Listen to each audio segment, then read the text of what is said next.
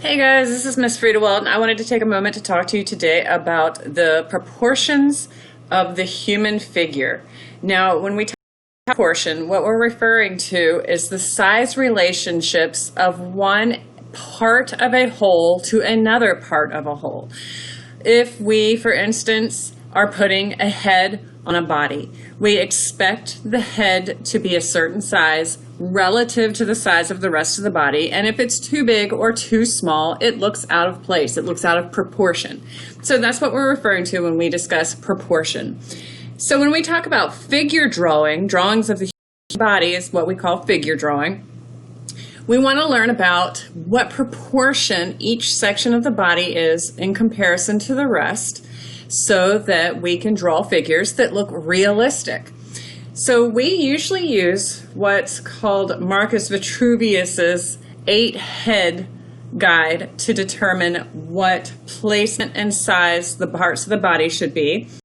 There are a handful of people who have different variations of this, most of them using the height of the human head and also the width when we talk about the width of the figure, but the height of the head to determine the entire height of the body.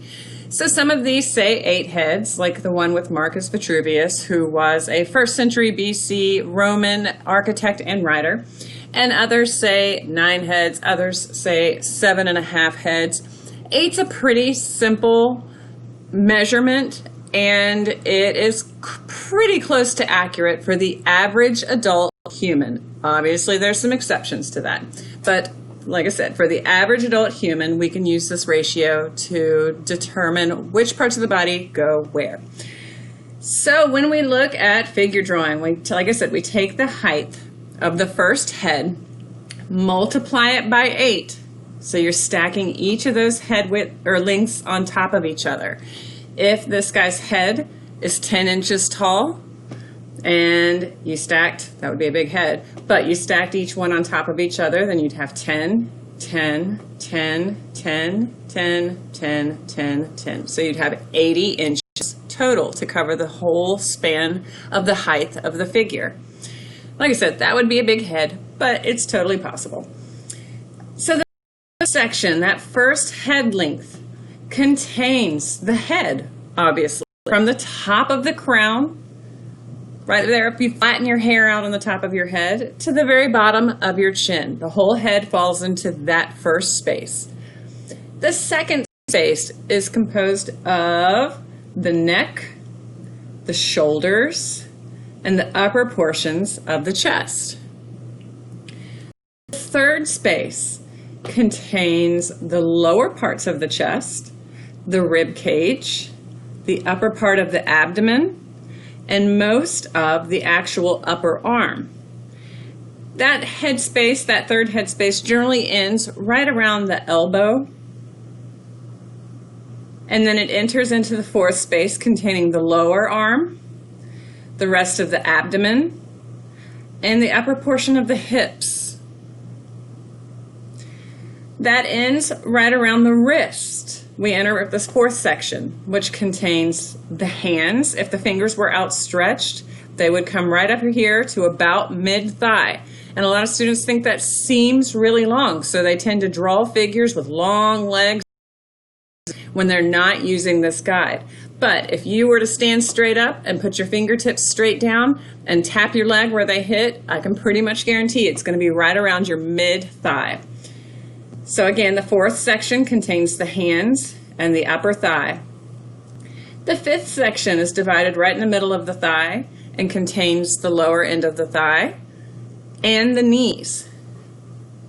The sixth section begins at the bottom of the knees and contains the calves and most of the front of the shin. From there, you go into the eighth section where you have the ankles and the feet rest firmly on the ground. So there would be some changes to this if a person were kneeling, if a person were sitting, if someone had their arm raised out or above their head, things would look different. But if you keep these proportions in mind, you can use that to determine how you would draw those pieces based on the guide that you create. So in regards to width, with the Marcus Vitruvius scale, we would normally have the width of the human head multiplied by 3 to create the full width of the figure. So if this is his head width, and we add that on either side, then we roughly have the entire width of the human figure across the shoulders and the hips. So let's talk about how we would use that to draw our own human figures. First of all, we're going to start with a blank sheet of paper and talk about how to create a scale without using a ruler. If I divide my sheet of paper in half and put a little fold just on the edge to indicate the middle of the paper, that can give me my first indication. We'll use this as the top and the bottom, and then we have our middle marked. But we need 8 spaces, so now I can take my top, match it to the middle, divide that in half, do the same thing along the bottom. So I'm just using the standard width of the paper to help me figure out how tall to make the head spaces. Right now we have 4, so we're going to take each of those and divide them in half, edge to edge. So if you don't have a ruler, there's not necessarily a reason that you can't use the scale as a guide.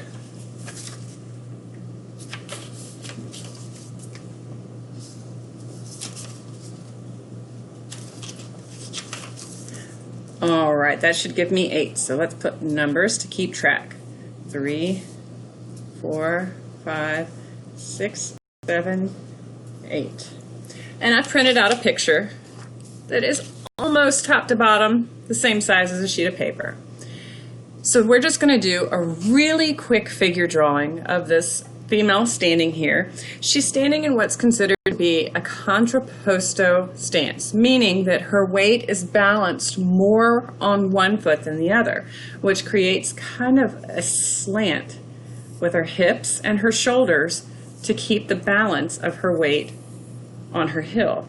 So if you were to draw a line down the center of her body, it would be closer to her foot than as though it has the most weight on it. See how she's leaning, but then her shoulders lean the opposite direction to balance that weight. You're going to have to look at how the figure is standing to determine how you want to draw the body parts to make it appear that it is still stable. So if we start and loosely draw a head shape, not looking for any details. In fact, I'm doing this really fast. Figure out your width by kind of envisioning how wide it would be to be 3 head widths for the width. Our head fills the top space. The second space contains our neck. My lines over here are kind of confusing me. They go into the shoulders. I'm going to use really loose forms, shapes, to kind of create the illusion of shoulders here. And it goes into the top of her chest. Again, loose sketch is fine. From there, her one arm over here on this side kind of goes straight down, so we have the upper arm in this section. Remember that ends around the elbow. On this section, the arm is lifted, so we're going to take a moment and work on some of the rest of the body, especially the upper part, and then come back to that. Also in box 3, we have the ribs and the upper part of the abs, which go into the next box and turn into her hips. Remember that the forearm fills in that next space down to the wrist. The hips turn into the thighs. So we have a hand. And remember we talked about how it would hit right at mid-thigh. Goes down to your knee. I tend to kind of sketch in my joints first and then go back and add these cylinder type shapes to create the rest of the body parts. One foot kind of comes out, again looking at the parts of the body, and then connected with calf and the shin. It's under her body, her weight is balanced over it. And so now we can kind of come back to that arm that we talked about. We know that from here to here is one head length. From here to here is roughly one head length. So when we look at the way this shape protrudes, we know that we want it to come one head length from the body, equal on both sides. So just kind of figuring that out. We know that our head is on our hip. So looking at the length of her head, I'm going to say that's about this long, elbow joint in between, connect, connect. If her hand was coming straight out in front of her, you would have something that's called foreshortening, which means that you are looking at the hand from an angle that's going to make it look closer to the viewer. So it might be larger than what the rest of the picture would be proportionally, and you might not see parts of the arm because they're blocked by the hand that's closest to you. So anyway, that's just a little introduction to foreshortening. So again, now we have this finished figure. We could go back and we could refine it, more shape and detail, and you know, notice the individual curves of the actual muscles and how the parts of the body interact more with each other. But for now, that is perfectly fine. So we can also talk about gesture drawing, which is essentially just a really fast version of this done from moving figures. Gesture drawings are intended to be 2 to 5 minutes max. And again, you're looking at a figure that's in motion. So the goal is to capture the gesture of the movement and the form. And obviously, I don't have any way to do an example of that without doing an actual model in front of us, but there's a lot of videos on YouTube that you can check out for more information about that.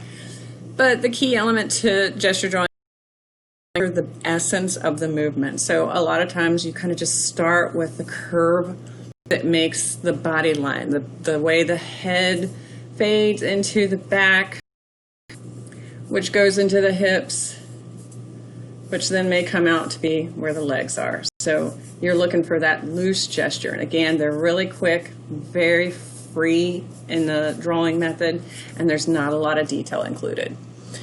But anyway, again, this is just a loose introduction to figure drawing. So please see me if you have any questions, and get to work.